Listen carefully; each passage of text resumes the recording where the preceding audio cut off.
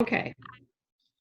It's 6:35 p.m. Today's Tuesday, April 21st, 2020, and it's a regularly scheduled meeting of the Marquette Township Board, and we have a bunch of staff with us. I don't have a flag for the pledge, so I guess we'll bypass that, but Randy, if you want to do roll call. Trustee LaRue. Here. Trustee Marks. Present. Trustee Everson. Here. Trustee Wiegand. Here. Treasurer Johnson. Here. Clerk Rattari is here, and Supervisor Durant. Here. Staff present is Manager Gerard, Attorney Roger Zappa, Superintendent of Public Works John Kangas, our Assessor Dulcie Ranta is here, our Accountant is here, Lois Stonehouse,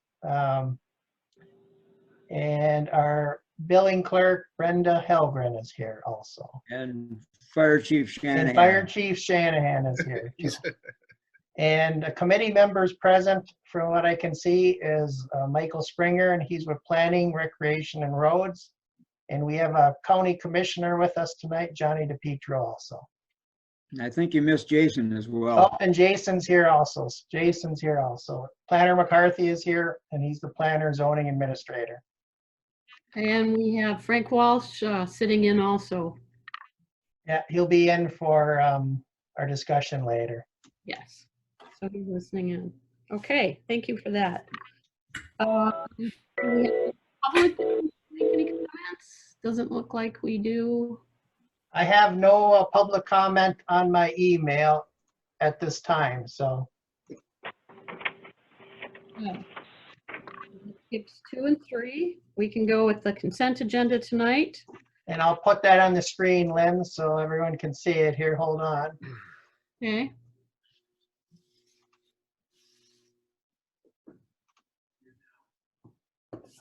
Tonight it consists of regular board meeting minutes of April 7th, bills payable in the amount of $145,333.73, and March Sheriff's activity report and the financial statement and the treasurer's report. So remember, we're going to do roll call votes on all of the motions so we can justify the Zoom. Okay, I'll make a motion to approve the consent agenda as presented. I'll second. You might want to even say your names when you do your motions. Clerk Rattari made the motion. Who seconded it? Trustee Marks? Yes. Okay. Okay, all in favor? Nope. We did, yeah, we have to. Okay, roll call vote will be Clerk Rattari is yes. Trustee Marks? Yes. Trustee LaRue? Yes. Trustee Everson? Yes. Trustee Wiegand? Yes. Treasurer Johnson? Yes. And Supervisor Durant. Yes. Motion carries 7-0. Okay, I just need approval of the rest of the agenda unless there are any changes. Clerk Rattari makes a motion to approve the regular agenda as presented. Everson seconds. Okay. Roll call? Clerk Rattari is yes. Trustee Everson? Yes. Trustee LaRue? Yes. Trustee Wiegand? Yes. Trustee Marks? Trustee Marks? Yes. Treasurer Johnson? Yes. Supervisor Durant? Yes. Motion carries 7-0. Okay. Haven't been told of any conflicts of interest, so we can move on to staff reports. Fire Department. Chief, have you got anything to share? We got your report late. Yes, I do apologize for that. I think I mixed up my days there. And all of a sudden I realized it was a board meeting tonight. Actually, I just want to brief, and I will be brief. Fire calls have been down quite a bit over the whole county, actually. I think the county said they were down like 70%. Wow. We're staying pretty much the same as last year, but our call volume for the last month is down quite a bit. Mostly what's taken up our time quite a bit are meetings with the county, the state, our fire chiefs meetings. Just worried about a little bit about staffing and the PPE and preparing ourselves for what lies ahead of us in the future. I guess the big thing is a week ago Saturday we did pick up our ambulance. And I think so far we're real thrilled with it. We'd like to get it on the road, but we're waiting also for an estimate to get it wrapped and lettered. We do have everything ready to go. Then the state will license it via FaceTime or Zoom. Sweet. Does anybody have any questions on anything? I mean, and Clerk Rattari, I do want to thank you. All of our meetings, our officers' meetings, and our business meetings, we've been doing via Zoom, which has been great. And the funny thing about everybody's a little bit quieter on Zoom, which I was a little bit surprised with. Well, we had the fire chief's report emailed to us. And that was, thank you, was well done. I apologize for the late, that was my error, just getting days mixed up. A little out of sync here. You're not the only one, Dan. Yeah. Any questions for the chief? Not really a question, but just kind of a follow-up a little bit. As the chief mentioned, our call volume is way down. That is directly related to the stay home, stay safe. It's not just us. The city's volume is way down. The county, as he mentioned, is way down. Statewide, it's way down. We are lagging about 5 to 6 weeks behind the rest of the state with the COVID issues. The most recent projection that I have is that they're anticipating our peak to be somewhere July, August. And we are prepared for that. As the chief mentioned, we acquired a wide variety of equipment, so we are ready when that actually does come. Hopefully it'll be sooner than that, but nobody really knows. We have students coming back possibly in August. We have the snowbirds coming back from various parts of the state right now, and all of that will impact what happens to us going forward. I would like to say one more thing too. I remember a couple board meetings ago, I was trying to prepare you for a larger expense with the ambulance. We're sort of talking possibly demo. I don't know if anybody remembers that conversation, but I think I'm hoping, and I think the manager agrees, because I've discussed quite a bit with him, the equipment that we've acquired. I think we did real well. So I was expecting to spend quite a bit more than this, or hoping to spend, I should say, quite a bit more. And what we paid would have cost us just to outfit a newer ambulance if it came with no equipment, which it wouldn't have. It was well done by everybody. We hope, yeah. Thank you. Chief Sanahan, Yes, sir. you have everything you need to protect your people on calls and that as far as the virus is that? Yes, we do. Good question too. And that's Marquette County Firefighters Association has been really involved too. And also Teresa Swabach with emergency management. We've been meeting with her a few times. Right now we're in good shape because our call volume's down so low. We are reusing our N95s. If we get a mad rush, like Manager Dry said, in a couple of weeks, the state's expecting it to hit up this way. Then we could be a little bit different, but by that time, we're also hoping that there will be a lot more masks to have. But yes, right now we're in very good shape. The Good extended shape, life of the mask, they say it's possible to put a coffee filter inside of your mask. I don't know. The Marquette County firefighters did get us all our own cloth masks Okay, that we good. can wear that we're wearing over our N95s. Oh, that's great. Those Do you need filters, anything else? pardon me? Do you need anything at all? Today, no. Okay, good. I mean, I hate to say, we were just given shields Friday. We had 2. Friday, we were given 16. Tyvek suits, they're older, but they'll work. And like I said, our N95s, like everybody else in the country, very short supply, but we're being careful with them. Do you check the members coming into the fire hall for a meeting? Or, well, you don't, you said you went Zoom meeting. But when they come in, are you being checked at all? Yes, everybody's checked. We've limited the number of people that come to certain calls also. Okay. That's good. An engine instead of 6.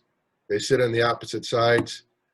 We limit the number of people that are in the fire hall on these calls. If they see a certain number of cars out there, they know the engine's going. They do not need to come in. They can sit in their car. We do need a couple people come in to work the radio. But we have wash your hands signs put up everywhere. I think we're doing pretty good so far. Good. Good job, Dan. And to all your staff. When you get your equipment, your masks and stuff, does that come right from the Firefighters Association? Can you put in an order, or how does that? I will tell, this is the truth too. When we were reading about this in December, and we just had a feeling, and actually Assistant Chief Cochran said something. He goes, I want to order some N95 masks. And I said, this was in January. I said, that's a good idea. Heck, we can always use them. Go ahead. Back ordered in January. We're still on the waiting list. Gee. That is the truth. And we did get a few, we did scrounge up a few, but N95s we have not received from anybody. But we were lucky. We were able to purchase a few at one time. And I got to leave that at that. Any other questions for Dan?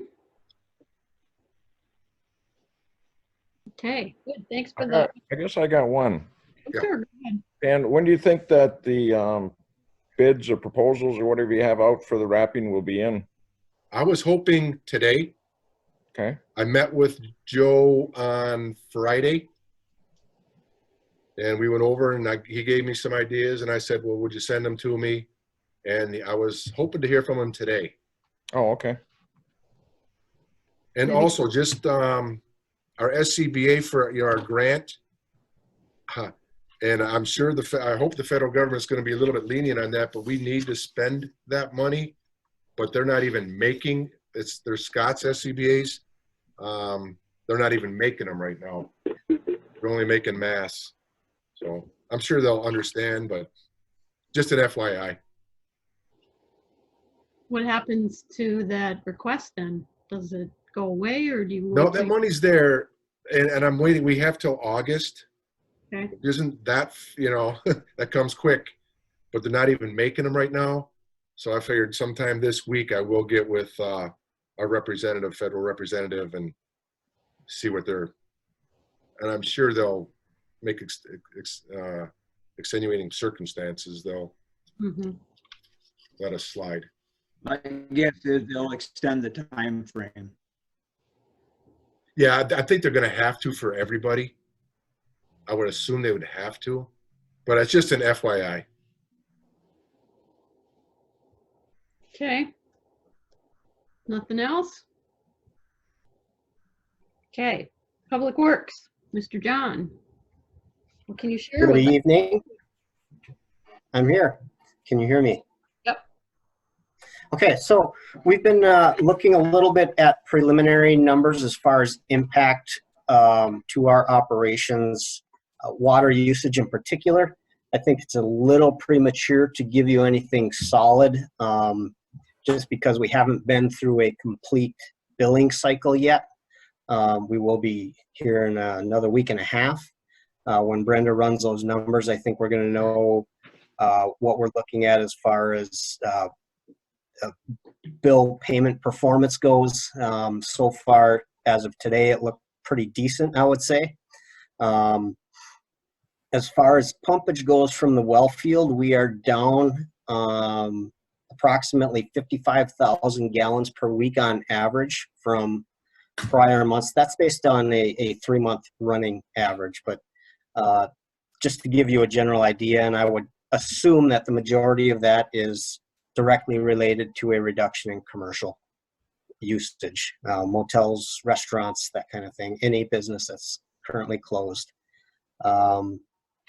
We also anticipate that there will be an uptick in residential usage, but the majority of that will be in the Cox Pressure District, which is the water purchased from the city, and we'll have a better idea of that when we get our month-end numbers as well. And that's pretty much where we stand. Projecting changes, of course, but not really having a good feel yet on how good or bad it's going to be. Some of the things you and I have been emailing about, I did send some of that stuff to the board, so they're aware. Some of the problems you've been having with our residents who don't want to cooperate would probably be the best way to say it. Until we find out really why, what their issue is, I'm kind of stuck with, and thank the guys for us for doing such a good job trying to get through it. We were talking about overtime. Will do. The one individual that we had the majority of the issue with, it's not new. It's been a long running issue with that particular resident that we'll be addressing when the restrictions are lifted. What about the ordinance idea? Is that something we need to look into? You said you'd been talking to Roger about it, John. It was separate issues that I had spoken with Attorney Zappa regarding, but if we're looking at updating our ordinance anyway, I think that's another issue that we need to throw into the pot and see what we can come out with. Enforcement is probably the biggest issue in that we have to demonstrate that there was intentional negligence or whatever you want to call it that led to the added significant cost and effort expended by our resources. So that would be a separate issue that we can look at as we start to update the ordinance. Okay. I saw something in the bills payable tonight too for $600 applied to that same address. Mm-hmm. There were several expenses associated with that project, including hiring an electrician to rewire the circuit so that we wouldn't have to enter the home if the issue recurred in the future. So the biggest problem we had is the circuit breaker had been turned off or tripped, and without a willing occupant to let us in to investigate that, it added significant delay. Okay. Any questions for our superintendent? Apparently, I guess we can't ask any questions about the incident, so. Well, I guess the only certainly- the comment that I would make is the incident was resolved by getting the sheriff's department involved. I had a question for John. Go ahead. Ernie, John, the email that you sent out concerning garbage pickup and all that, Yes. and what people should be doing, I would suggest that, if not already being done, to put it on the documentation when you go out with the billings, because there's a lot of people who are not on email at this point in time, and that, to get the word out That's a again. good And idea. how many people even read it? All you can do is give Yeah, it a shot. I'll talk it over with Brenda. Yep. Brenda to heard see that. what so- happens. That's about all you can do in that. Sure. Give it a Yeah, try. It's currently on the website. Currently on the website. We did an e-blast. It's on the Facebook page. And it will be sent out with utility billing, but Good. that won't be going out now for another week or two. Well, that's about all you can do. John, you had there's something else on the utility building though, right, Brenda? Something that came up from the state that you had to notify everybody about the time lapse. Testing. Yeah, the testing time lapse. That has to go in the packet, in the billing. And Oh, one of- yes. You're regarding the sampling from the third quarter of 2019? Right. Correct. Yeah, and really what that is the new sampling frequency report came out that told us what we had to sample for and in what time period. It was for the second quarter of 2019, which was July through September. We received it towards the end of August. We needed to take 2 new samples that we hadn't taken in the past. We took 1. That was a misinterpretation of that letter. We clarified it with Eagle, and there was an email saying you can make that sample up next quarter. Just take the samples at that location at least 24 hours apart. That email was subsequently misinterpreted based on the way it was written. So we only took 3 samples in the period that we should have taken 4. And these are new sampling parameters. I would believe that they're directly related to what happened in Flint, and it's for surface water sources only, so the Cox Pressure District. We know that the water we were getting from the city of Marquette was good quality water. We have 1 sample that says so, and the following quarter we have 2 samples that say so. But we failed to meet the sampling requirements, so we have to notify all of our customers of that. And it's a violation. There's no fine at this time. Our goal is to correct it from the reporting perspective, and we have already corrected it for additional sampling periods going forward. So why don't you take the whole thing for the billing insert? I was going to take some of it for the census, but we're going to talk about the census later. So I get invisible points for doing all the census stuff. She has to actually report what Marquette Township does to notify their people. So I told her it'd be on the agenda tonight, and I was going to put some of it in the billing, but it looks like you need probably half and half on that page. Unfortunately, that might be the case for a couple of months in a row. So I guess we'll definitely try to be as efficient with the space as possible. And if we can fit all 3, we'll do that. Okay, just let me know. But we should be covered a little bit with tonight, or my perspective. Okay, any other questions for John? Yeah, I have a question with that mailing. Wouldn't it be appropriate, considering what's going on, to add an extra page with that and just pay the difference in postage, or not? Is that not an option? Yeah, I've talked with staff about that before, Randy and Brenda specifically, and the cost and the time involved and the folding machine. And I don't know, John, or if you want to have Brenda answer, it's not as easy as it sounds, from what I understand. Then what about 11 by 17? Pardon? What about 11 by 17 sheet? Would that help? Or Yeah, just- staff would have to answer that. It'd have to be a manual fold. The easiest thing to do is do a separate billing, a separate mailing, Okay. particularly for the violation notice. You know, that'd be the easiest thing to do. We are limited to what we can put in an envelope on our postage. There is one thing we could do with the violation notice. We have 1 year to notify our customers of the violation, which is a little bit interesting because it happened the violation was effective last September. We were notified of it this month, and we have a year to notify people. So if we have more pressing issues that we need to get to the residents now, we can certainly do that and send it out in May or June if we want. I just need to make sure that we don't miss the deadline of notifying our customers. What's the cost in doing a separate mailing? You remember that, Brenda? I know it costs me to send my bills out about $635. So the worst case, it would cost another $635. That goes to everybody. So we would only, John, correct me if I'm wrong, but I think we only have to notify those residents that are on that water system, don't we? That would make sense, but I'm going to verify that with the Eagle before we actually send it out so that we're not getting that one wrong too. Yeah, what Brenda sends out is to everybody in the township, whether they're on water or not. Correct. Based on the Might just be easier to do a separate mailing with the public works issue. Yes, on I that think so. basis, and it sounds like you're someplace between $400 to $600 is the most that's going to cost. Probably closer to 4. Well, just by discussing it tonight, you know it's going to be in a mining journal, so we have to make sure that we eat it properly.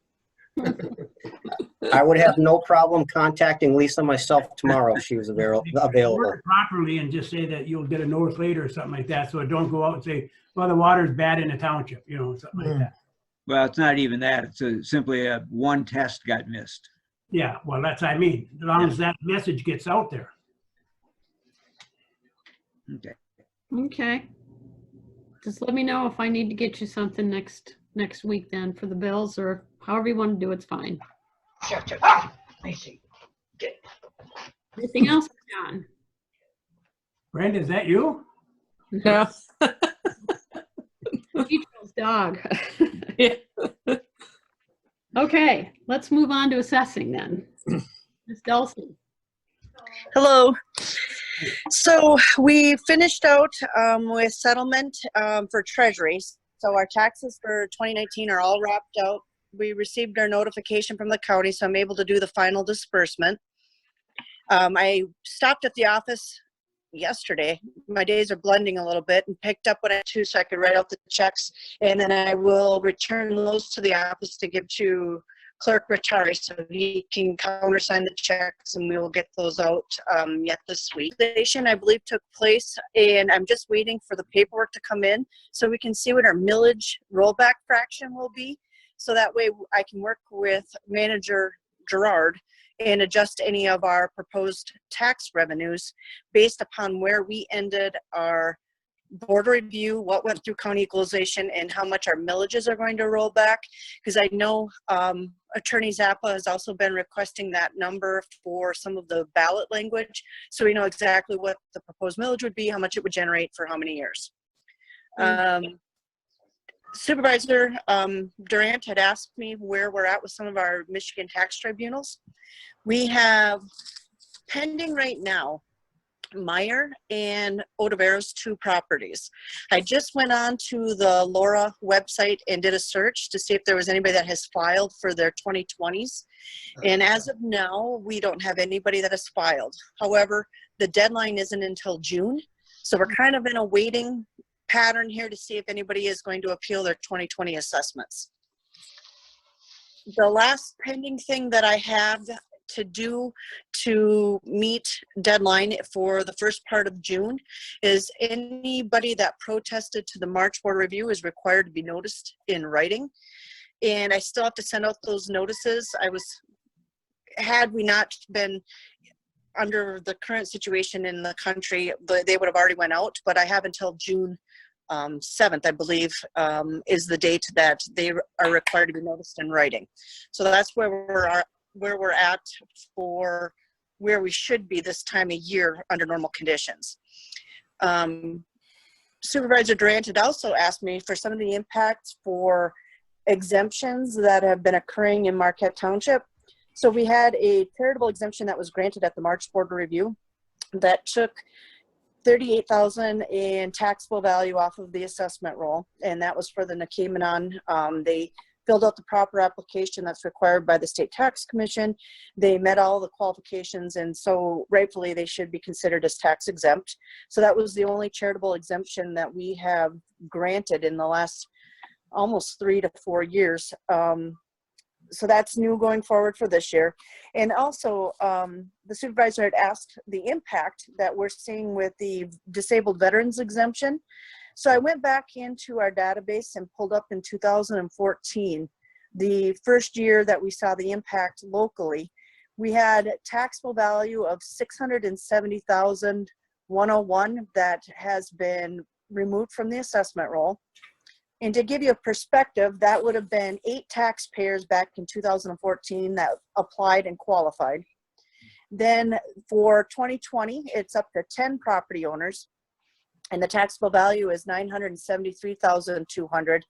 So we're seeing on average an increase from when this was enacted in 2014 to current year of approximately $250 a year that's coming off of our general fund millage rate.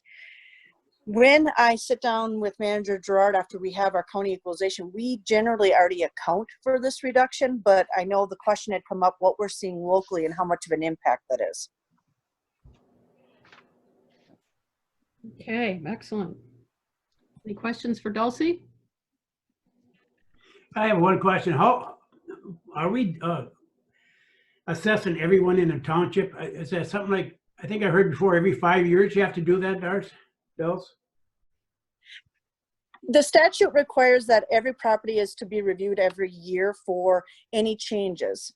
Okay. However, the state tax commission has given us administrative rules where we have to do 20% a year. Everybody is subject to reassessment every year that have to do with establishing 50% of market or true cash value. So when we're saying we're reviewing 20%, we're just looking for any changes. So if you haven't done anything to your property, we'll do what we consider a drive-by, because as you know, back, it's probably been about 8 years when we had actually went out when there was a change in the assessing department, and we have reviewed and we have picked up all the missing construction. So now we're just going out and doing a drive-by, looking for any changes. Did somebody change a deck to a 3 seasons room? Otherwise, we're not actually reassessing them, like remeasuring them. We've already done that.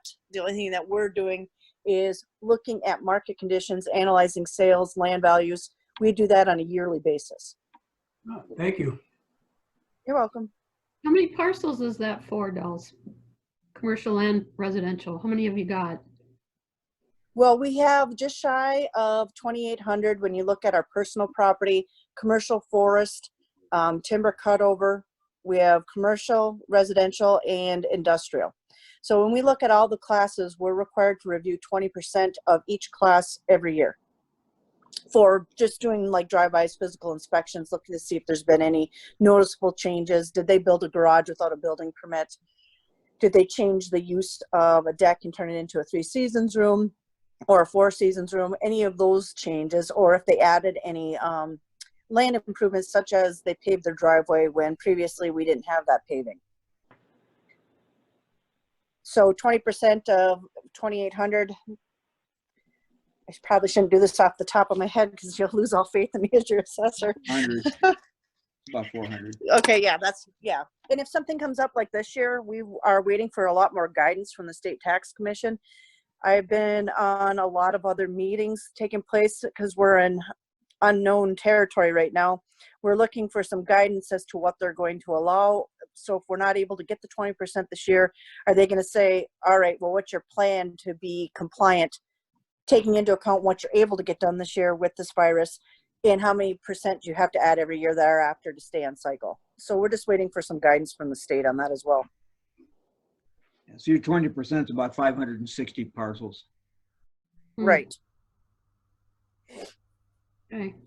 We've done all the dirty work when we went out and actually measured all the properties a few years ago. So now when we're doing our follow-ups, it doesn't take very long, being that if nothing's changed, nothing's changed. Okay. Any questions for Dolls? Okay, good. Thank you. Appreciate it. You're welcome. Attorney's report. Roger, you're up. Well, it's been a pretty busy month. A lot of it has been reactionary, just keeping track of the executive orders and making sure the township is in compliance. What does that mean to become in compliance in terms of essential personnel? What are governmental activities that the government is not only allowed to perform, but required to perform? For example, there was one executive order that requires any municipality to reconnect any customer who has been disconnected from the water system for non-payment of bills. That, of course, raises some serious issues as far as how do we know when the water was shut off, what's happened in the meantime, is there a resident there, was the system properly winterized, what kind of liabilities are there potentially for the township when that comes back on?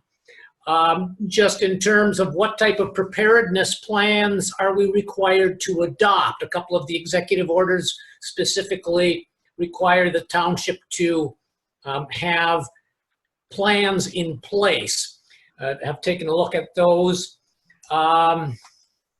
We've analyzed and assisted with the preparation of notices and so forth in conjunction with those. We've also had a question on a FOIA request with regard to the Pine Ridge Fire response. Have had a notification from Peter White Public Library that they are satisfied with the contract revisions that we sent over to them. So the only thing we are waiting for on that is as soon as the Headley rollback figures become available, we can plug that into our final contract and prepare the potential ballot language as well for that. We reviewed a contract for the Public Works Department. We, in the course of that, negotiated out some indemnity language that, at least in my opinion, was attempting to impose some requirements on the township that couldn't legally be required. We've got the easement issue that's coming up later on the agenda tonight. And we have also had some ongoing discussions on both of the pending tax tribunal matters in terms of potentially collaborating with other entities. Well, the city of Sault Ste. Marie, for example, has a Myers appeal also, and we might be able to get a little bit of a cost savings by working in collaboration with each other on that, and the other property owner as well that has a number of appeals in other jurisdictions. So we're looking to possibly capitalize on that to the extent possible. Also had a number of questions in terms of just protocol for ongoing manager replacement issues. And I'm sure I'm overlooking something. It was a pretty busy month, but welcome any questions anybody might have. Anything from anybody?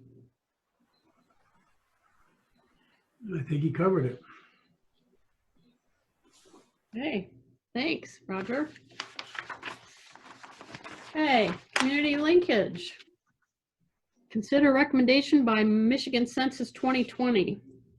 I did get a hold of Connie again and ask her what the recommendation was. I haven't heard back from her, but in the meantime, Randy's putting up a website. It's called 2020census.gov, and anybody can pull this up. And I don't think I can do it. No, you're going to have to do it, Randy. You can space it up a little bit so you can see the map. The U.S. average for everyone responding, whether it's internet or filling out the form or getting on the phone, is 51%. And I do have today's numbers, or I can step you through it, Randy, so you can show the public.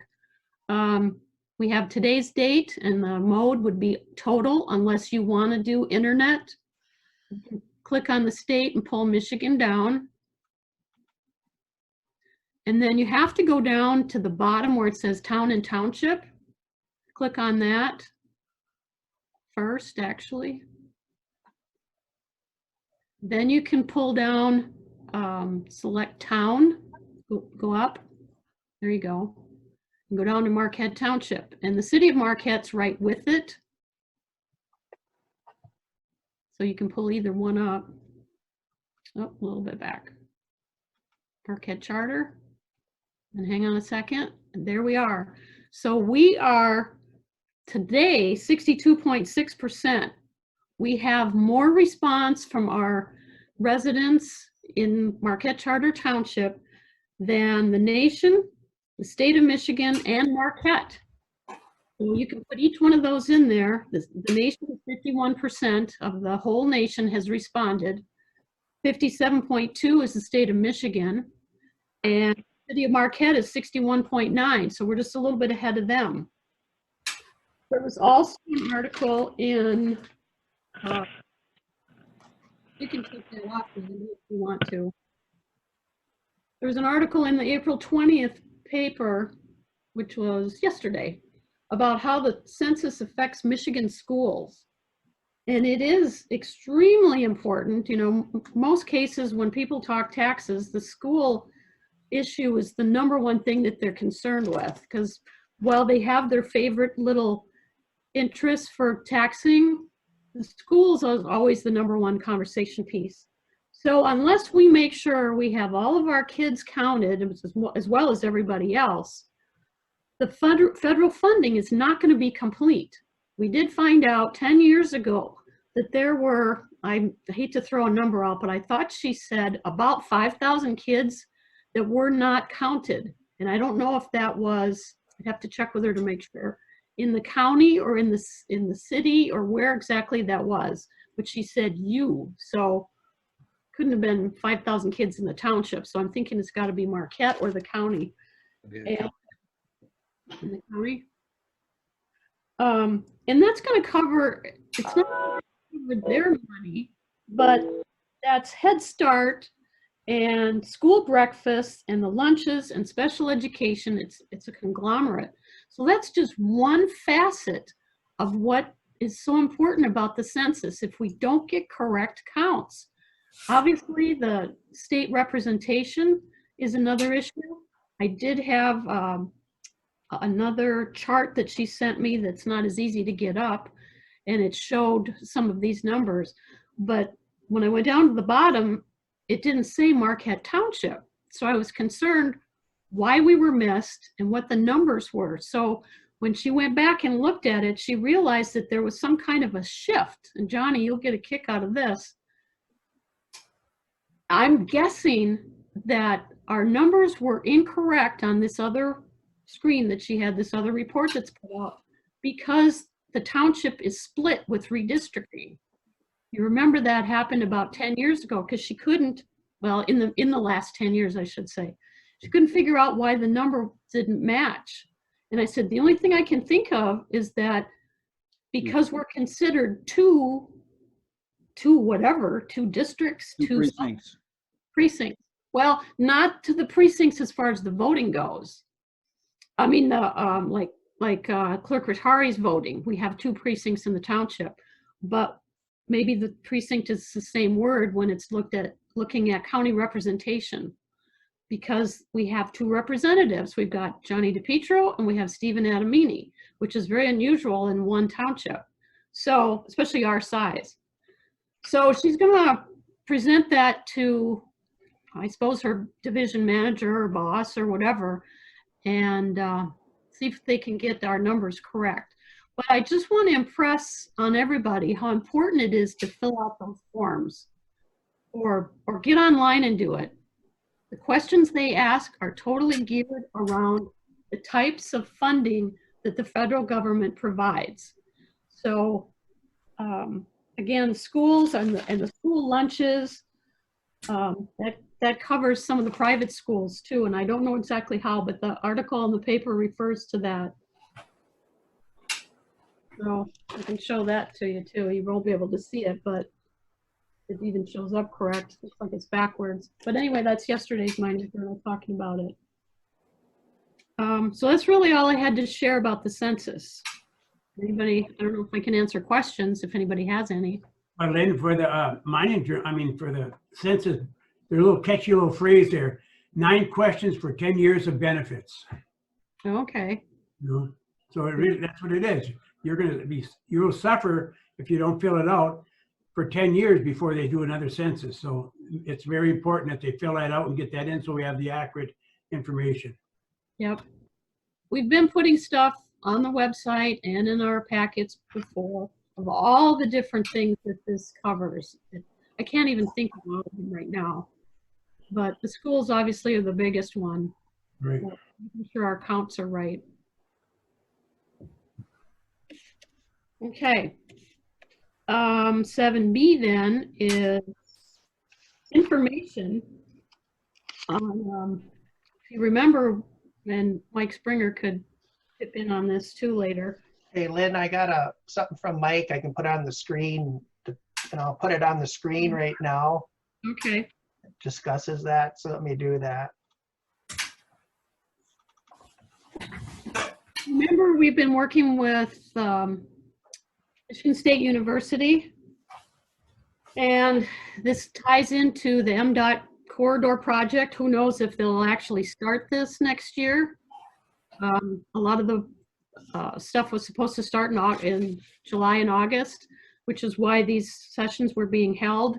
This is the second of 3 that are scheduled.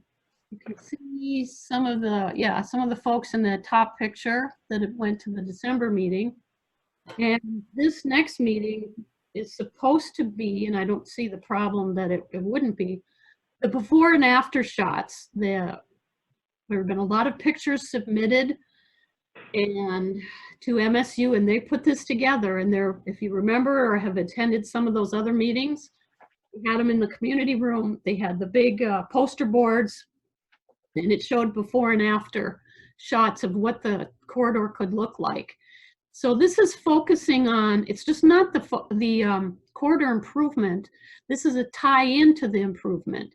We want to try to see, and I don't think it has the four items for discussion on there. It's tied to climate and health adaptation. It involves water and I don't remember the 4 bugs, invasive species, and the bugs and the invasive species. Anyway, there's 4 items that are going to be tied into this project. So if you can we're going to do a Zoom meeting. If you can, here's your times: Thursday, May 7th from 5:30 to 6:30. And hopefully they have their presentation ready to show the boards, the before and after shots, what we could do in the corridor. Again, we'll see if this happens this year or not, or starts this year. Anything I can answer or questions?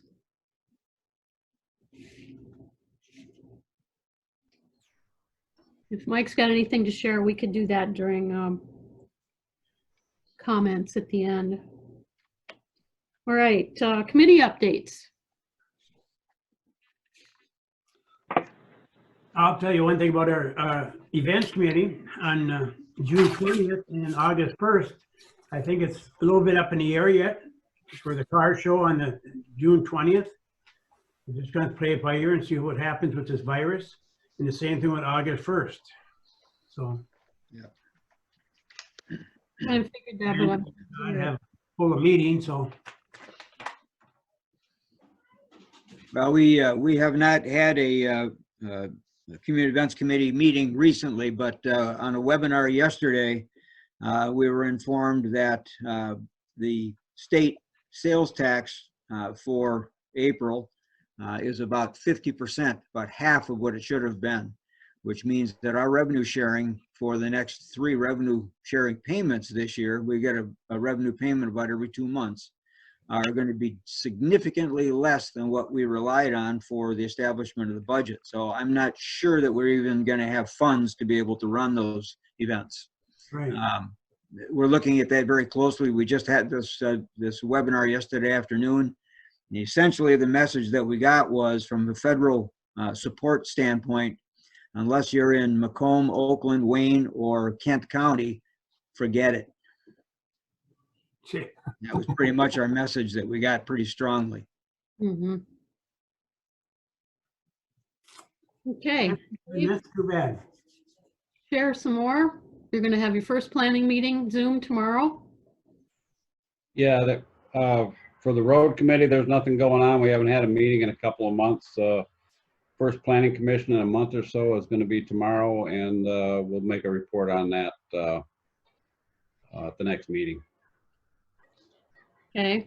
Nothing recreation-wise too, probably, right?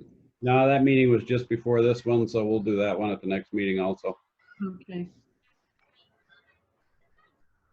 I was gonna it's really not a committee, but I was gonna update a little bit, as I told Commissioner DePietro. The airport got a hangar grant expansion for $100,000, and I believe it was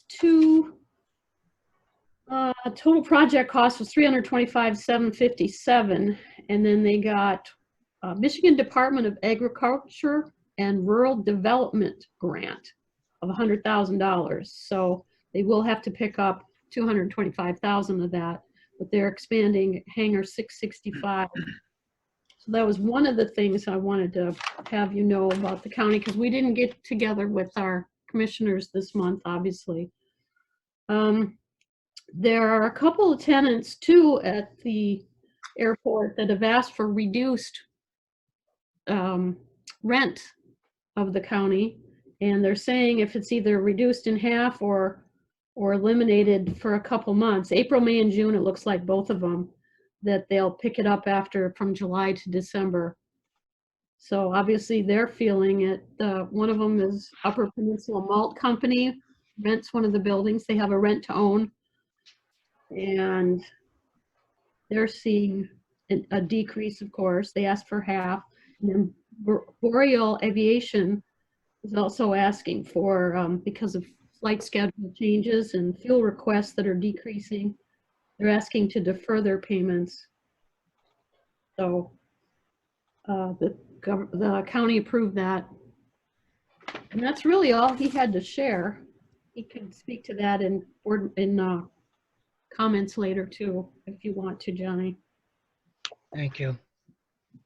We didn't have any draft committee reports. So maybe next month, next May. Policy discussion, consider easement request from Peninsula Fiber Network. This is before you tonight, basically for you to decide to answer a question for us. We have been approached by Peninsula Fiber Network, and planning staff has been discussing with them the possibility of an easement on our 5 acres that's across the street from the old township hall, basically.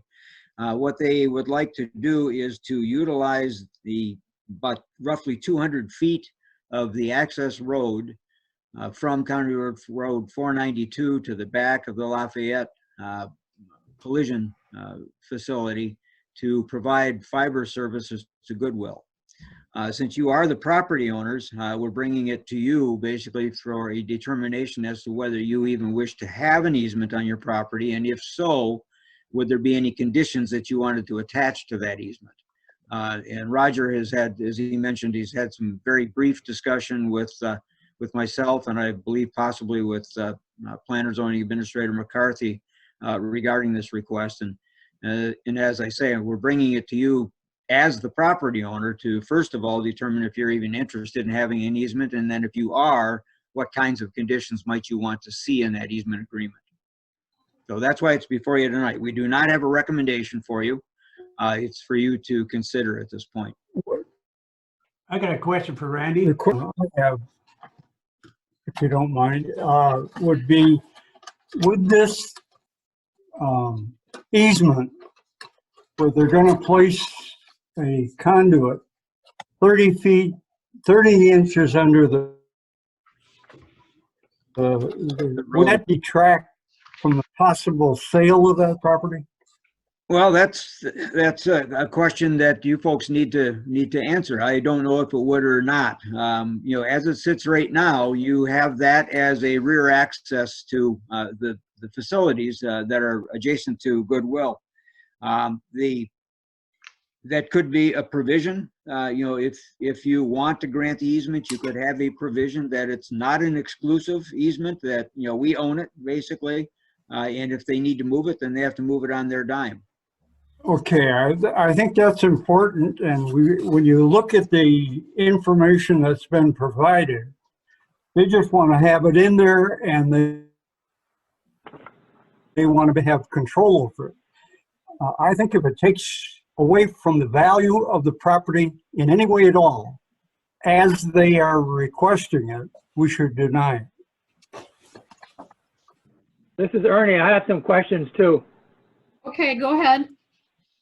Okay, following up on John, that was one of the questions I had. What benefit is that going to be for the township when you look at that as a future sale of the property? And then looking at it, they want a 12-foot wide easement. So it's a whole works in that. And then second, and looking at, they talk it's a fiber optic cable service. They're not going to run the fiber optic cable. It's just going to not be one wire. There's going to be multiple wires in there. So there's other things they're talking about. And then they talk about providing greater services for their customers. That's referring to Goodwill. Well, Goodwill is walking business in that. So what are they going online or what? These things don't make sense. And I happen to agree with John. I don't see what's the benefit to the township to do this and that. That's all. Okay. Clerk Rattari? I have to apologize. I lost connection there for a few minutes. Oh, well, anyway, I asked Jason about this, and I think I agree with the rest of the board members. If we grant this easement, we should have, it should be our easement. We could even negotiate a fee with it maybe, and it should not detract from the sale of the property. Maybe it would even enhance the property if you had fiber access to it. And Planner McCarthy might have, maybe want to chime in on that. Take yourself off of mute though, Jason. You're on mute right now. Yeah, go ahead, Jace. Yeah, I mean, Randy and I had a discussion on it, Clerk Rattari and I, and he asked if it would be a detriment to the value of the property. I mean, I don't know. Although when you look at a property, you often look at what services are provided there, and if you had that service provided there, I think it actually maybe increases the marketability of the property, but I don't know about the overall price of it. As with any easement, you know, we often refer, and we always refer to Roger's opinion and language that you know, keeps the township out of harm's way on any adverse effects of an easement. So they do this all the time. I don't suspect that it's just going to be Goodwill that'll utilize the network. It could be anybody within that business park, and I think that that's what they're always looking to do, is expand their you know, their brand. That's a good point that you're making, that this may not just be serving goodwill in the end. It may end up being extended from that point forward. I think that it detracts from our value of the property. Go ahead, Dave. I guess what, it's a, was it a 12-foot easement or a 20-foot easement? 12-foot, right? 12 foot. As far as anything that could be done on the property, it doesn't impact it because it's well within any setbacks that would be required or anything else that would be required, that you couldn't do any construction out there anyway. The only thing it would impact would be the road surface, if the road surface remained there as part of the sale of the property, and that would be to be determined. I guess the worst thing that could happen is they could actually fix the road when they restore it. We could put a clause in there that says they can't put the bumps back where they are. Can't fill any of the ponds. Well, that might be a good question to ask him. If you want to put it in there, you have to fix the road up after. Well, they would obviously have to restore the road. Hopefully Yeah, they wouldn't restore it in the same condition it's in. But Right. again, I don't think the presence of the easement is going to interfere with any development that could happen on the property because of the setback requirements and clear areas and all that. I just don't think it would make any difference. I think it'd be a plus. Right. Well, these are all the questions that we wanted to bring before you, and before we had any real discussions to see what your feeling was. Number one, with regard to an easement, you know, I mean, if you would have said no, we don't want any easement, then it's a done deal. We're finished.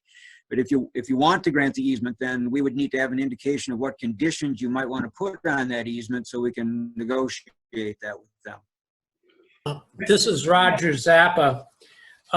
Couple of things that have to be either eliminated or added to what's being proposed on what they sent us. They're indicating that they want an exclusive easement. In my opinion, that's unacceptable. An exclusive easement means they basically would have free use of the 12-foot strip to the exclusion of anybody else, including us. Most utility easements, the vast majority, are non-exclusive easements which are shared with other utilities and which are shared by the landowner. So in other words, we can put the road over it if we want to. Some critical, if you should decide to go forward with the easement, some critical provisions you've already touched on. One is, suppose a new developer, whether it's the township or if we sell it to somebody else, wants to put something new in and wants to reroute that road, regardless of whether it's in the setback or not, the property owner should reserve the right to require moving that easement at our sole discretion, the property owner's sole discretion, and at the easement holder's sole expense should the need arise. Additionally, anytime it gets dug up, now presumably in a relatively new fiber optic system, once it goes in, there's not a lot of excavation, but you never know. And if it is a non-exclusive easement, they might have the right, subject to negotiation, of having somebody else share that space.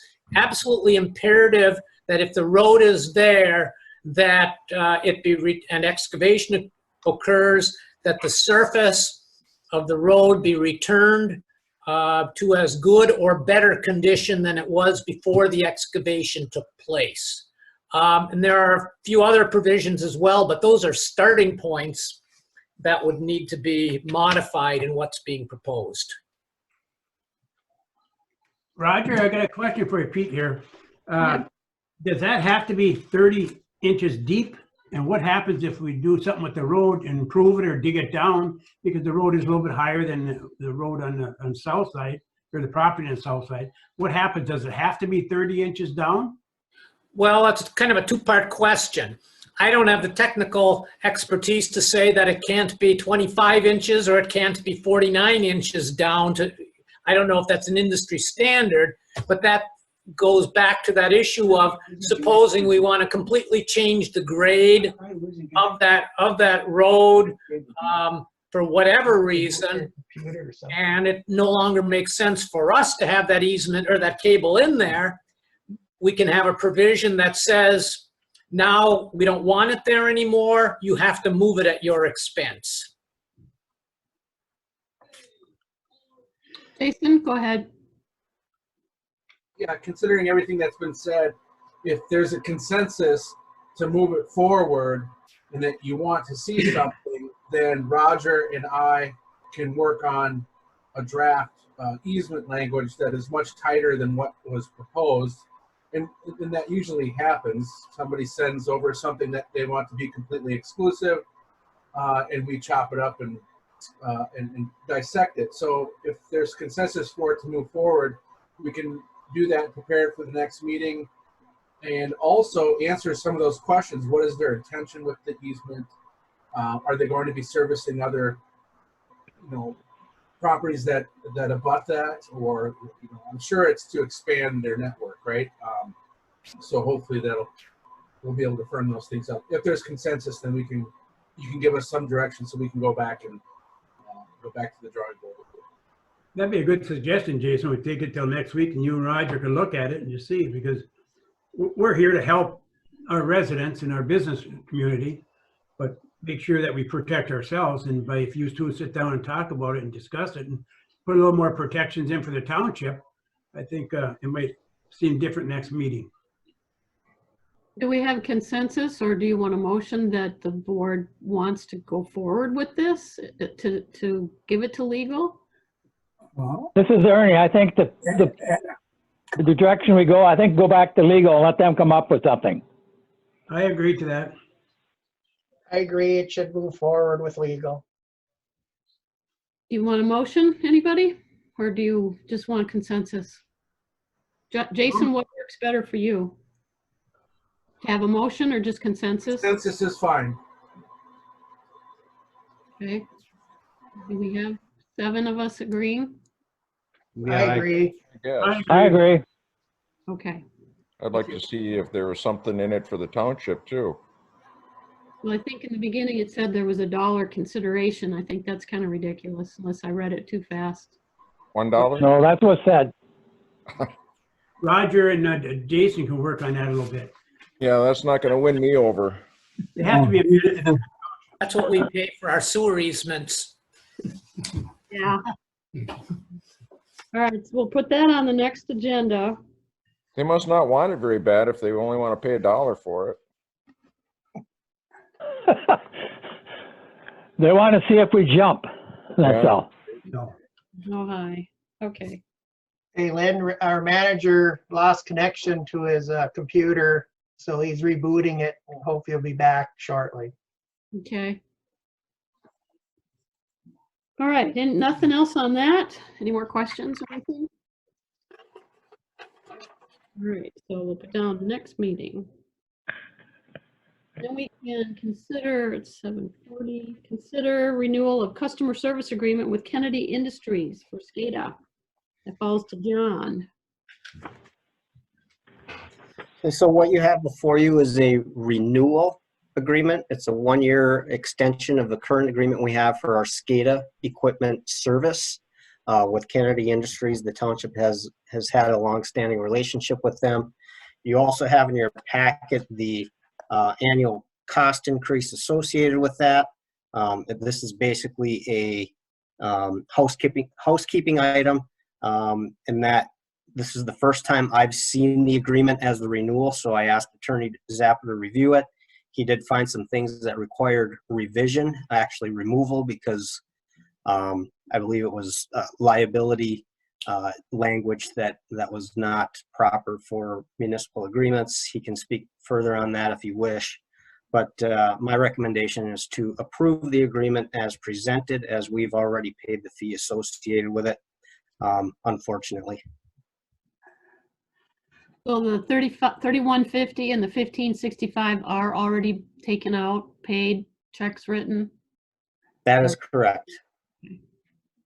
Motion to approve the customer service agreement with KISM as presented and authorize the supervisor to sign on behalf of the township. Well, Clerk Rattari will support that. I have a question. Go ahead. Okay, this is for John. On the narrative you had, John, right, the last sentence, you talk about staff will also be reviewing this critical part to see if other more cost-effective options are available. Can you, Correct. the board, up to date as to what's happening there? Well, we haven't initiated that effort yet. I think it's actually kind of tough to do that because any competing firms that are available aren't doing a whole lot of travel currently. But once we get out of this stay home, stay safe situation, we will be contacting a couple of other SCADA providers that I'm familiar with. There's two in the UP. One is located in the county, but he's a very busy guy that kind of works by himself. I would like to have them. The other is it's a newer firm, but they've been in the controls business for a long time. Other types of controls, they are getting into this municipal end of things of late. I'd like to have both of them come and look at what we have and give us some ideas on whether or not they think they can help us. If they both say they can't help us, then we don't want to waste our time because then we're dealing with other firms we don't have relationships with out of the area. So what we have is working well. We just want to make sure we keep the service provider we have honest, if nothing else. What I'm asking for on a quarterly basis, just give us a short review of what's happening in that. That's all. Certainly. If there's Okay. any updates, I will provide those regularly. Thank you. Roger, do you want to add anything? No, I've already reviewed the contracts, and what John was referring to is a couple of minor changes, but the most critical one was there was an indemnity provision, and under Michigan law, there have been court cases finding that a township or a village or a city cannot legally agree to indemnify a contracting party, another entity, for contingent future liabilities that haven't occurred yet.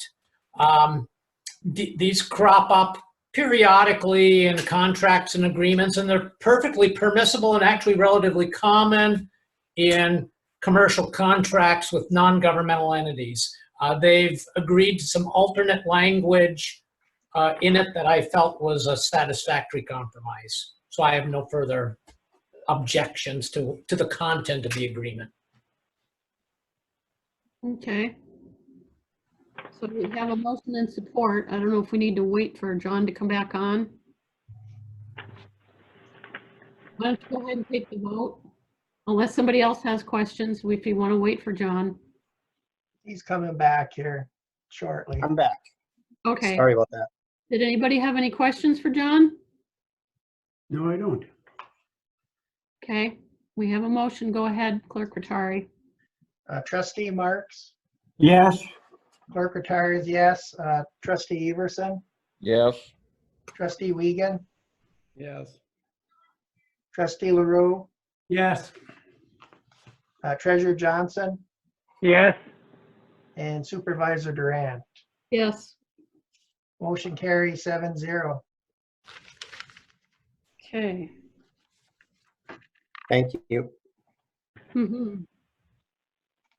9C is the carryover from the April 7th meeting. We kind of did talk about this a little bit before, but consider the pit for Lost Creek. Who wants to talk about that? Roger or Dulcie, or I can't see anybody yet. I can do that. Basically, at the April 7 meeting, there were a couple of questions in terms of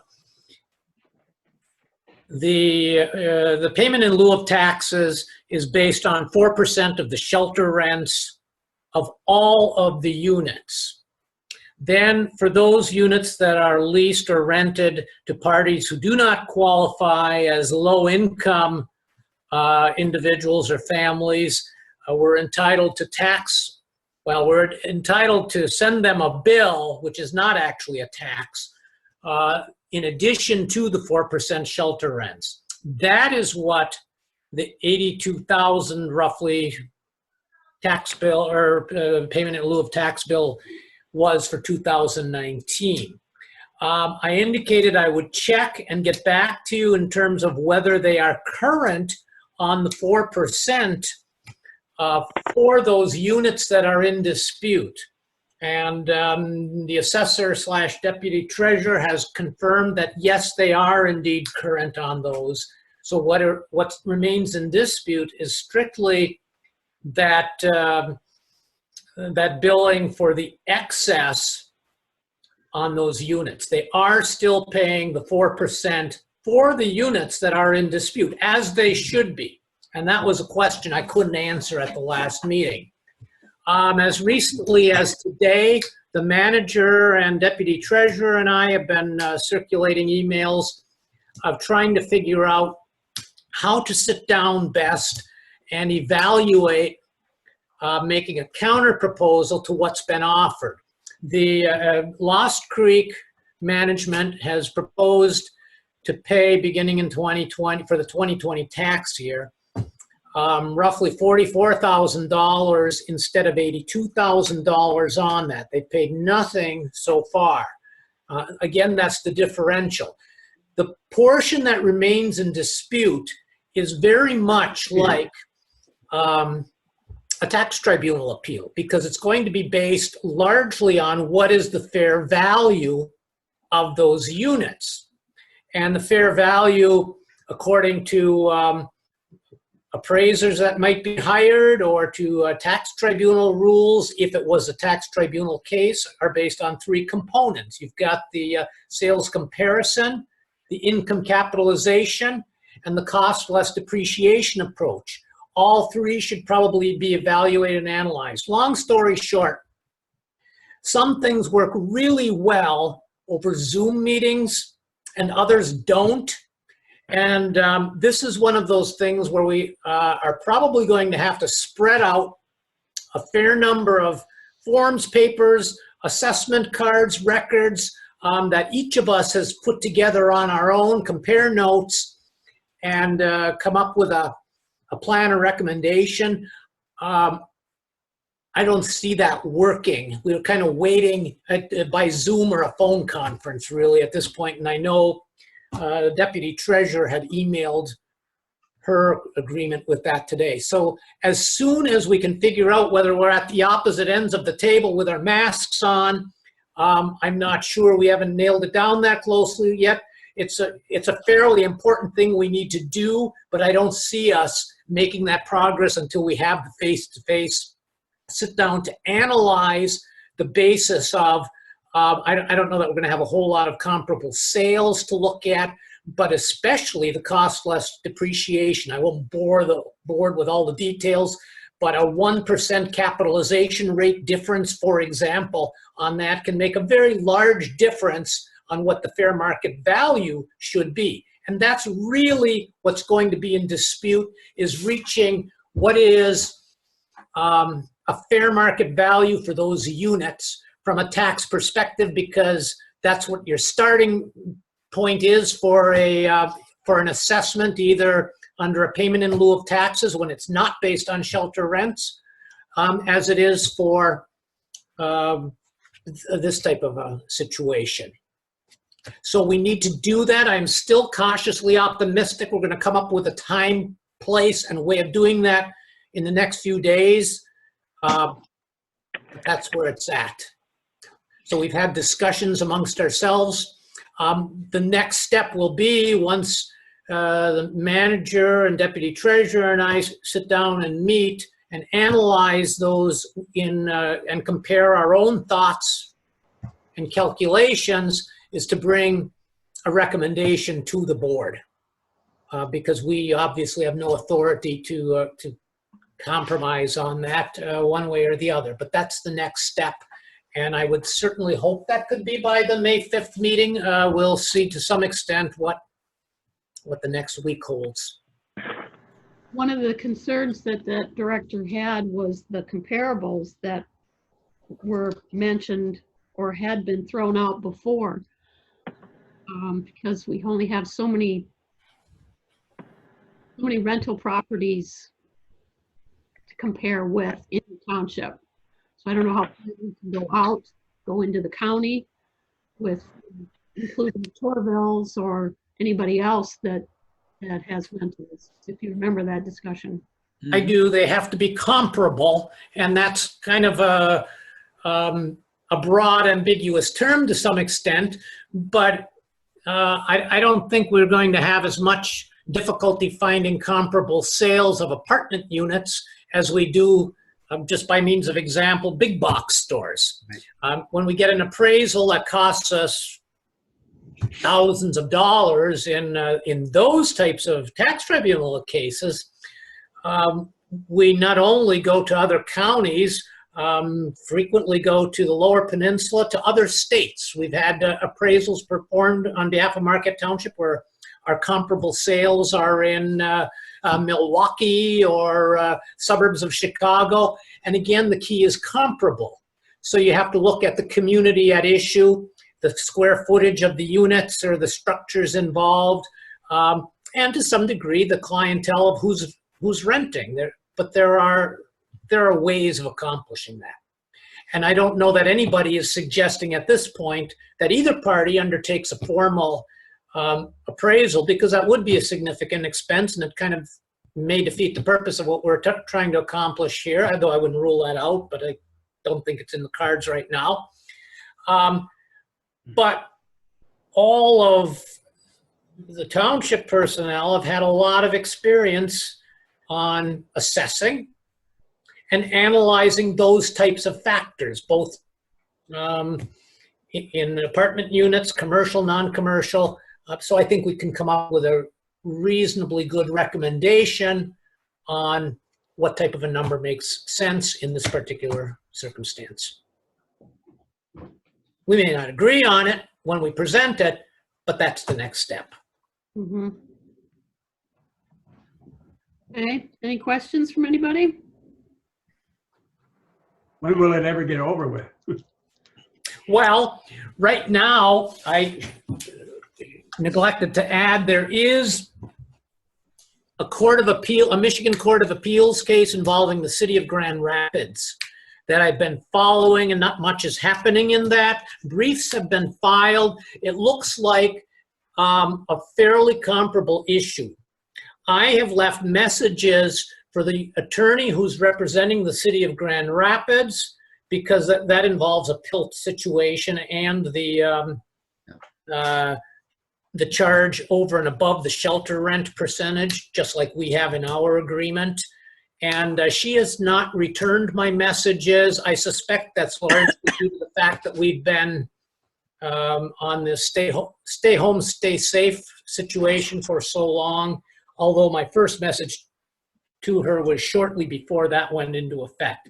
I will follow up tomorrow with I've tracked down her email address. I will try that instead of just leaving phone messages and just see if we can touch base, because I'd like to get a little bit more information on evaluating, is that case similar or is that case not similar to ours?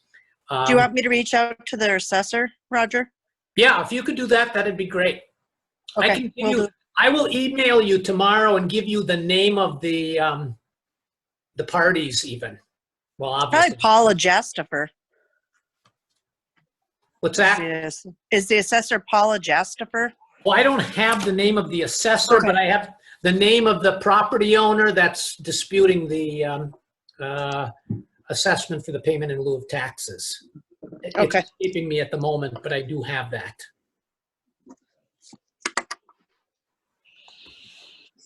Okay, we're good on that for now.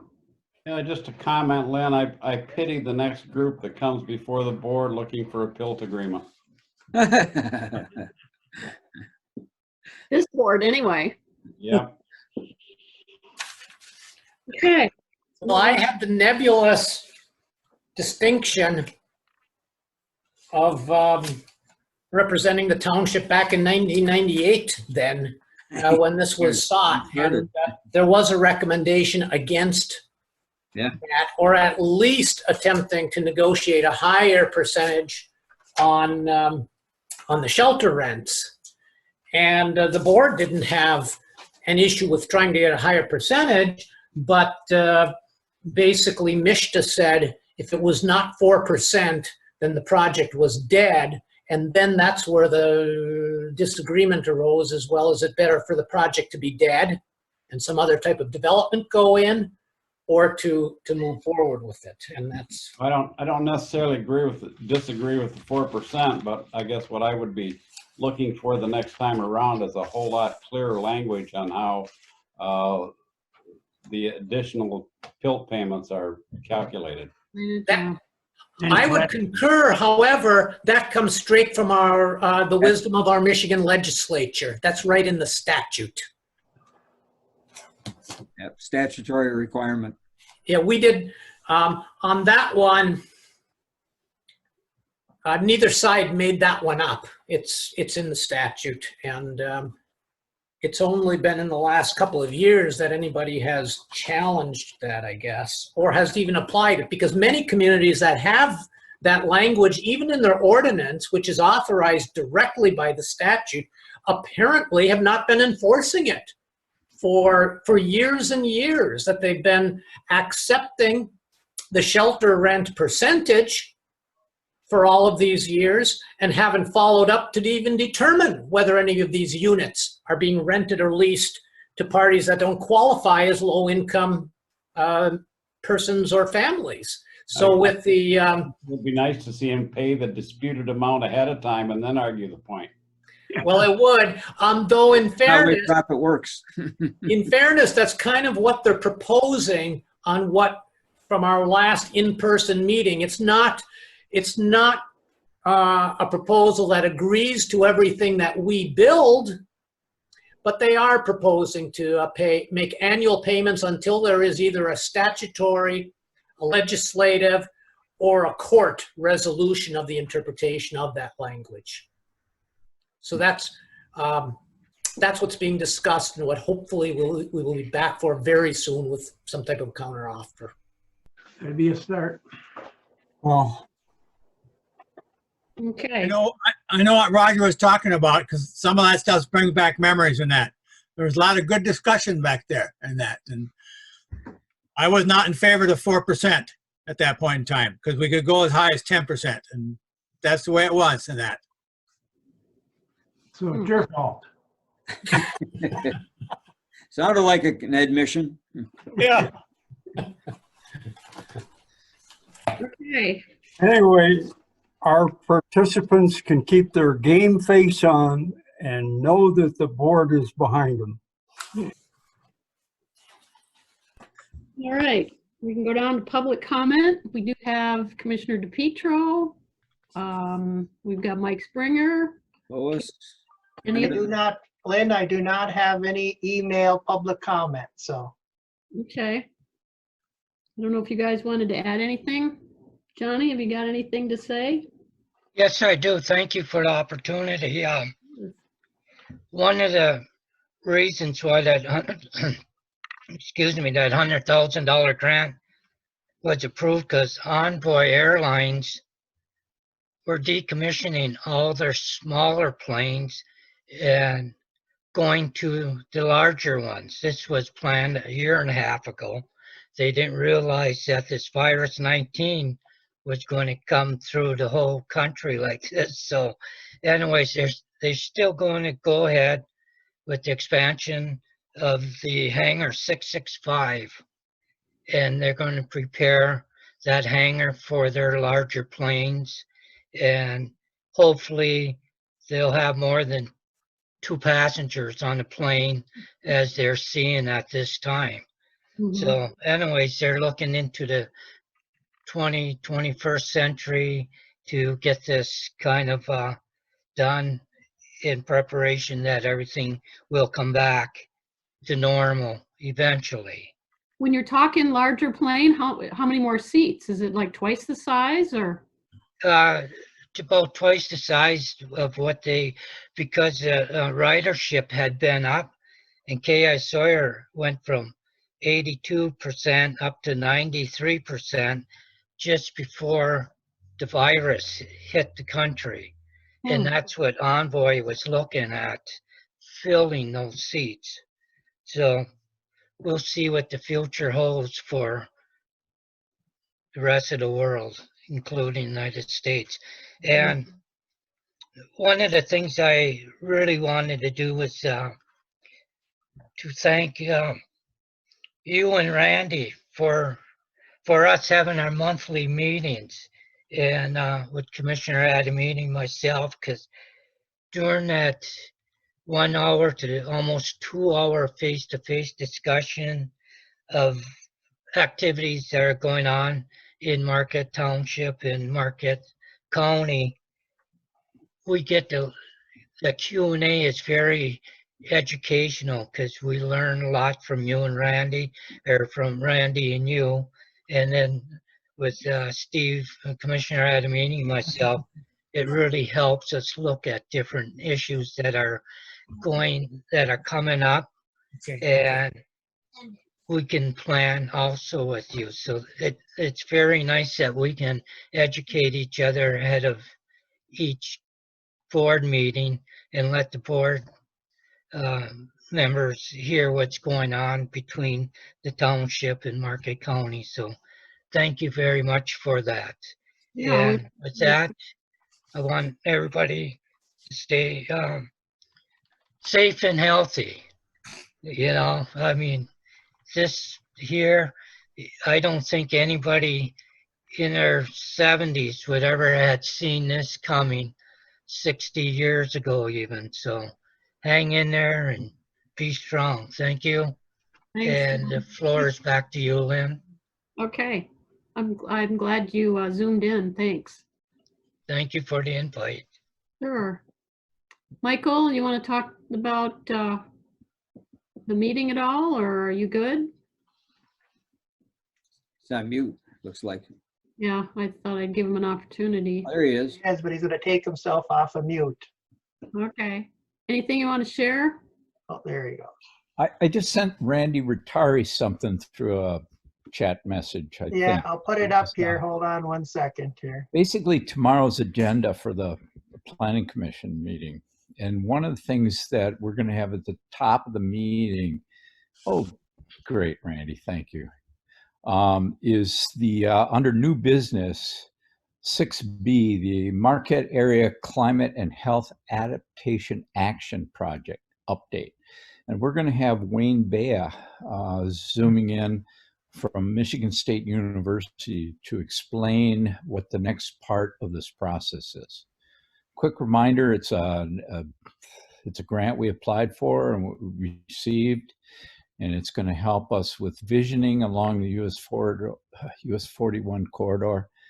And it's a I think this virtual reality will be a good opportunity for a lot more people in the community to attend and participate in. So thank you. Yep, thanks.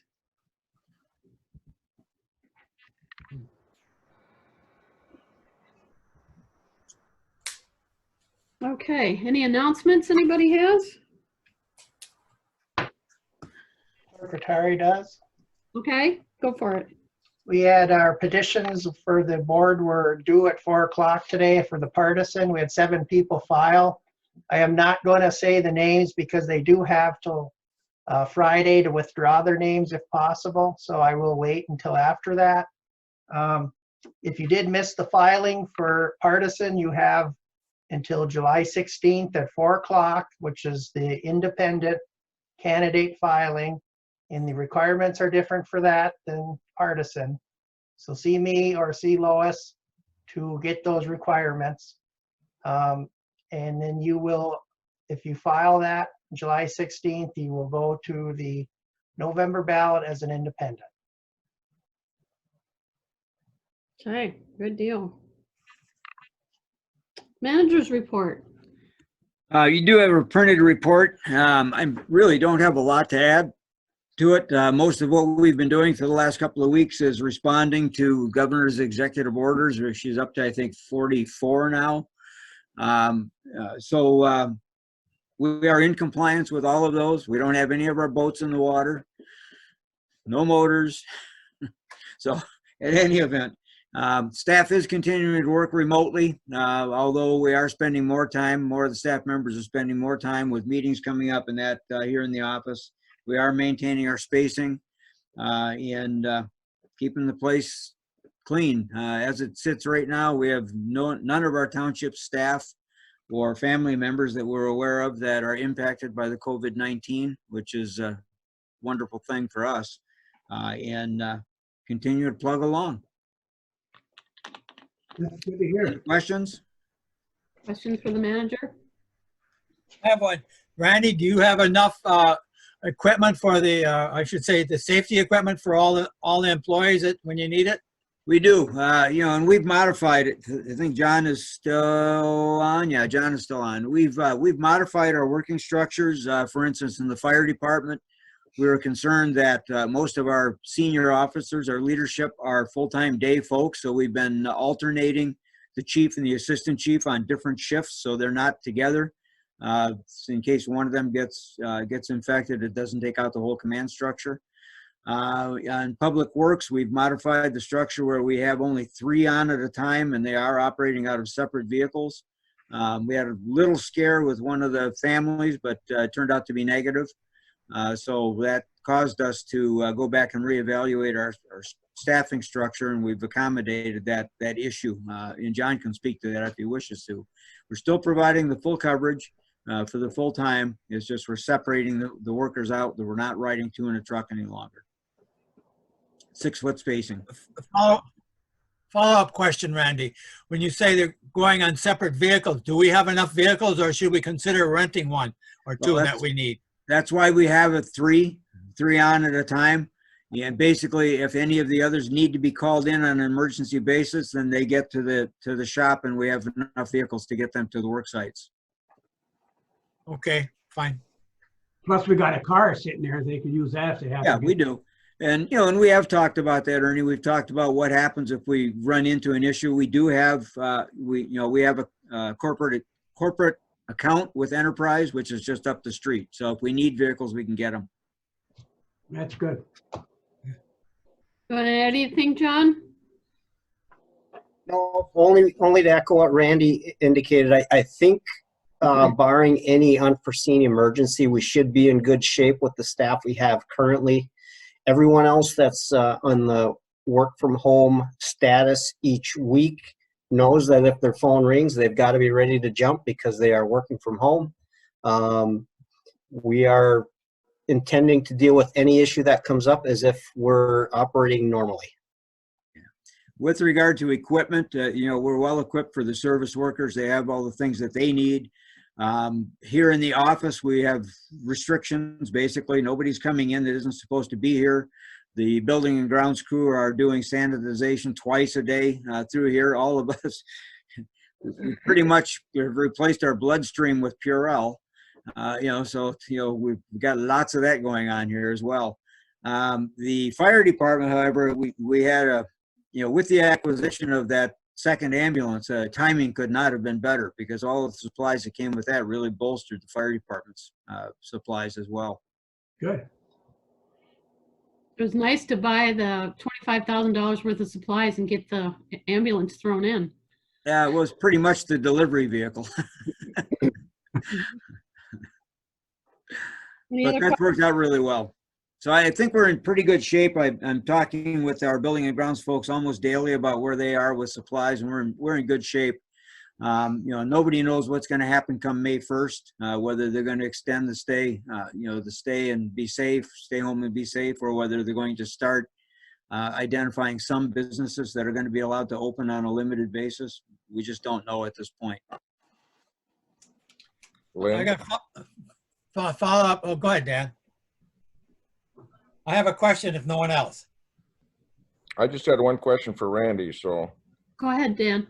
How is the training coming along with that new front end loader and equipment that goes with it? Well, it's on hold right now because we don't have anybody that can come. We still have to have the 6-foot spacing, so it's not going to be, they're not going to be able to have people in the cab with them to do the training. So that's on hold until they can get relieved. We're hoping within the next 2 weeks that'll happen. Oh, okay. Okay. Thanks. Good question. Yeah. Ernie, what was yours? Just to follow up from Randy had mentioned earlier in the meeting about finances, about the revenue sharing and that too. Going through the financial statements and that, and looking at how it's all laid out in that, looking at revenue and looking at expenses and that, not knowing what the future is going to bring. I think you've addressed some, and I think John Kangas addressed some. Start looking at what we can put off, postpone and that, looking at strictly on the finances coming in to us. Our taxes are there, but our revenue sharing, as Randy says, is a big part of it in that. So by not getting at what can we postpone or put off and that too, it's something that staff is going to have to start letting down and start bringing to the board as to consideration by the board which direction we want to go on some of this stuff. Because he mentioned some of the activities that may have not be funded, but as we get further into this, there may be other areas that we're going to, excuse me, have to look at and see what we can postpone in that too. So that's all. Supervisor Durant and I have had that conversation about a week and a half ago. We knew things were coming up. I have talked with all of the department heads, and we've put all spending on hold unless it's something that's emergency basis. And we're going to be watching it. Our April revenue sharing came in. I see Lois is still on, and she might want to mention it if she wishes to. But revenue sharing for April came in. It was as expected. They told us yesterday in the webinar that it came in a little higher, so we may be getting an additional little bump. But they also said your next revenue sharing is going to be less, and following after that, there's no guarantees. So we are looking in the budget. As you know, for the last 6 years, we've been trimming our budget back because of the dark stores issue. So this is on top of that. We were just building our fund balance back up. Dulcie's already mentioned to you, she's not on, she's not on any longer, but Dulcie's already mentioned to you that Meyer is pending tribunal, and so are 2 of Otovero's properties pending a tribunal. So if those go against us, and we have to refund 3 years worth of taxes for Otovero and 1 or 2 years for Meyer, that's going to pretty much eat up my general fund reserve, fund balance. I've got about 450,000 in there right now. So it's going to be tight for the rest of this year, but we are looking through the current 2020 budget on what things can be eliminated. And I've got a list of some of those that can be eliminated. It's not going to total up a lot of money. It's roughly somewhere in the 80 to 100,000 range that we can trim out of the budget and not impact services to the residents. But there are some things that we won't do for the rest of the year. So we're watching that very closely. 21 is going to be a really ugly year for the new board. And I have a question for Randy. Is anyone working on the dark store issue anymore? Not in Michigan. Jeez. You know, it's interesting because the people in Lansing and Washington are throwing around 2.1 trillion and 450 million, and not a cent of it is identified for local governments. None of it. They're bailing out car rental agencies, they're bailing out the airlines, they're bailing out all kinds of other businesses, small businesses, but nothing for the local governments. Hasn't even been addressed yet. Today, I saw in the news late today, about 4 o'clock, I saw in the news something that the president is now starting to talk about local governments. What can we do for local governments? Well, there won't be anything left. Phase 5.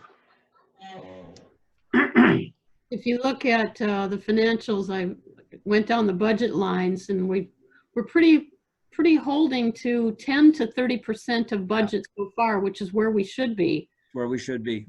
First 3 months, so that's through March. So we're okay with what we're spending based on what we had budgeted, but those budget numbers are probably going to have to change because we won't have the revenue. Right. So that's where it gets kind of, the next quarter is going to be very telling. Yeah, there are some things that, you know, that are in the plans basically that are not just, they're just not going to happen this year. We'll defer them off to talk about 21, but if our revenues, if the sales taxes are as far down as they are, the other thing that we're real worried about is how many of the small businesses aren't going to survive. You know, and so those will be vacant storefronts, no taxes, no revenue, no taxes. John's chat said that he's planning to postpone the Northwoods tank painting until next year. We had just talked about that.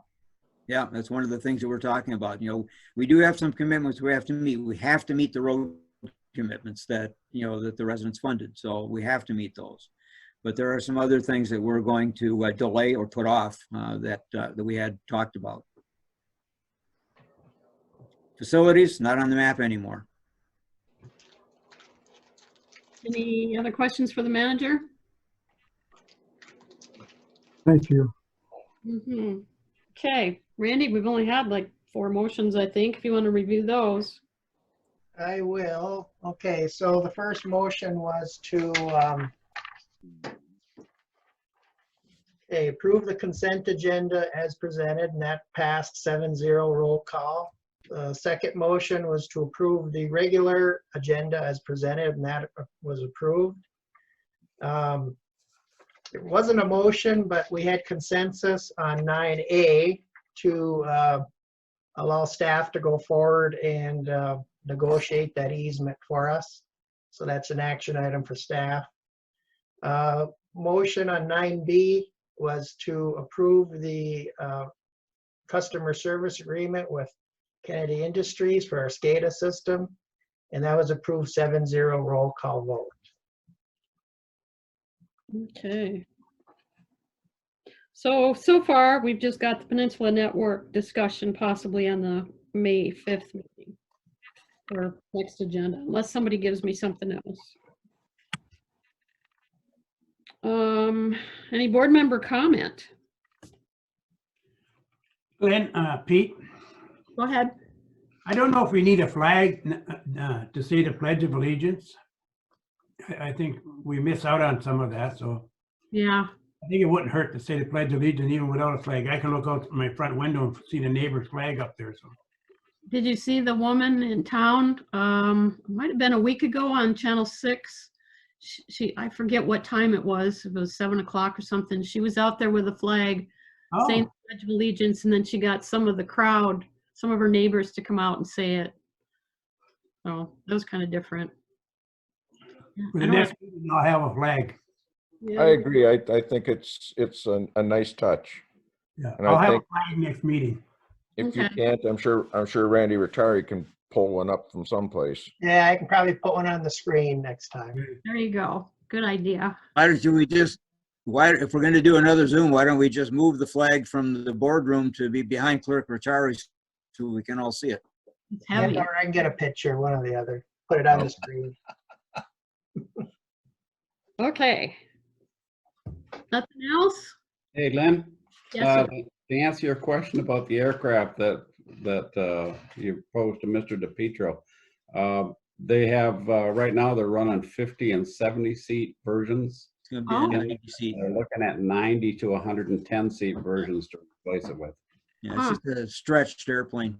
So it's not the little 22-seater that I've been in, it's the bigger one. Yeah, right now it's pretty much steady 50 seater and 70 seater, and they want to replace those with 90 seaters and 110 seaters. Envoy is American, right? Yeah. Okay, so it's, yeah, so they're replacing the American flights. The Deltas have been they're a little smaller, the Delta planes. Yeah, that's correct. They're down in the 35 to 50 seat version. Right. And those are jets, Dave? Yes. Yeah. Now they just have to get over this and get some people to do it instead of taking off with a plane with one person. Well, I think Envoy is going ahead with their upgrades on their aircraft. Anyway, that's already in the works. Right. Oh. Okay. Screen sharing. Yes, closed session is next. Okay, this is Clerk Rattari. I will make a motion to enter into closed session pursuant to MCL 15.268 subsection F to review and consider the contents of an application for employment or appointment to a public office. The candidate requests the application remain confidential. However, except as otherwise provided in the subdivision, all interviews by a public body for employment or appointment to a public office shall be held in open meeting pursuant to this act. Support. Okay, that was John Mark supporting, then roll call. Clerk Rattari is yes. Trustee Marks, Yes. Trustee Wiegand, Yes. Trustee LaRue, Yes. Trustee Everson, Yes.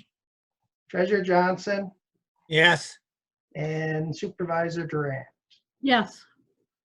Motion carries 7-0. We are in closed session at 8:22 p.m. And